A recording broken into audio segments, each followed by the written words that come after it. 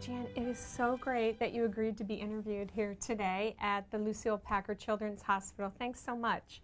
You're welcome, Barb. It's great to be back in touch with you after the years we spent together. You taught me so much here, and I just really wanted to talk about some of the things that you do. What is it that you do here in the Pediatric Intensive Care Unit? I'm a staff nurse in the PICU, Lucille Salter Packard Children's Hospital. I take care of children and their families in the critical care setting. What kind of children do you take care of? I think a lot of people think that, oh, maybe it's a tonsillectomy or someone who has a cold or a flu. What type of children are you caring for? It's usually someone who is in critical condition, so transplants, a lot of surgeries post-op, traumas, brain tumors, seizures, drownings. Oh. It really runs the gambit. What I remember is, you know, a child who came in on a transport ahead of their parents. And the parents arrive and they have no idea what they're about to see with their most precious child. And I remember trying to prepare them verbally and then standing next to them and supporting them both emotionally and physically as we walked into the room. Can you tell me a little bit about how you've done that? You know, because you have been the role model for so many of us. It's interesting because in my career, as the years have gone by, working with the families has just increased incredibly in how important I see it. It's a family that you're dealing with, not just the child. Because every family is a little different as to if they want a high amount of information or if they'd rather just sort of soak it in at their own time.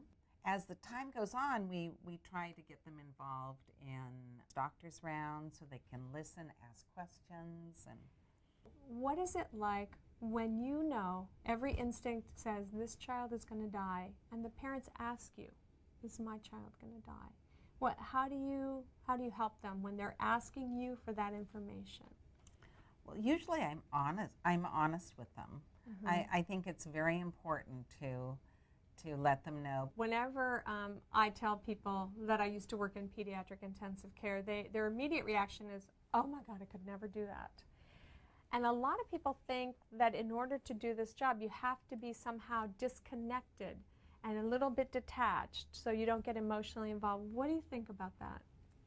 I totally disagree with that. I choose to be at LPCH in the PICU because I really care about these kids and their families.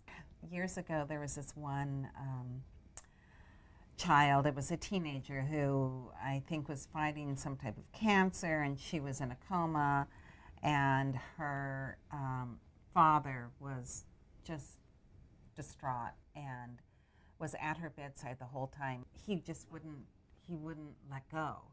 And finally, I said to him, I think all she wants to hear, it's okay for her to die.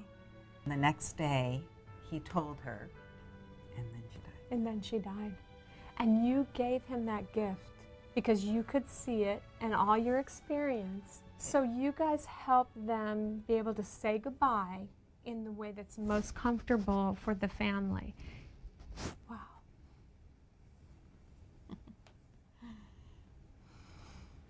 I remember some of those kids. Yeah.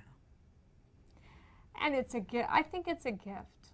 I think it's a gift to give them the time, to give them the privacy, and also to take away the clinical nature and the tubes and the wires so that the child that's lying in the bed emerges again. They're this loved child. Jan, you know, a lot of times parents don't know when to bring their child to the hospital or to their care provider. What are some things they should look for?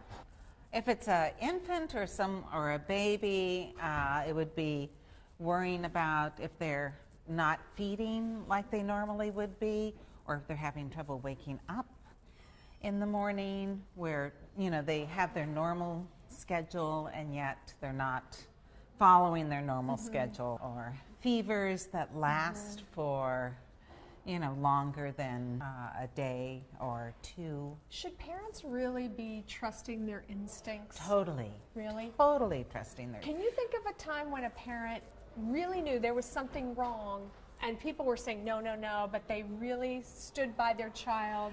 Time and again, I mean, there's so many times, and I tell these mothers, you know, good for you. You are, you know, you are the reason why your child, you know, made it here. Well, Jan, thank you so much. This has been amazing. I cannot thank you enough for taking the time to talk with me. Thanks, Barb. Aww.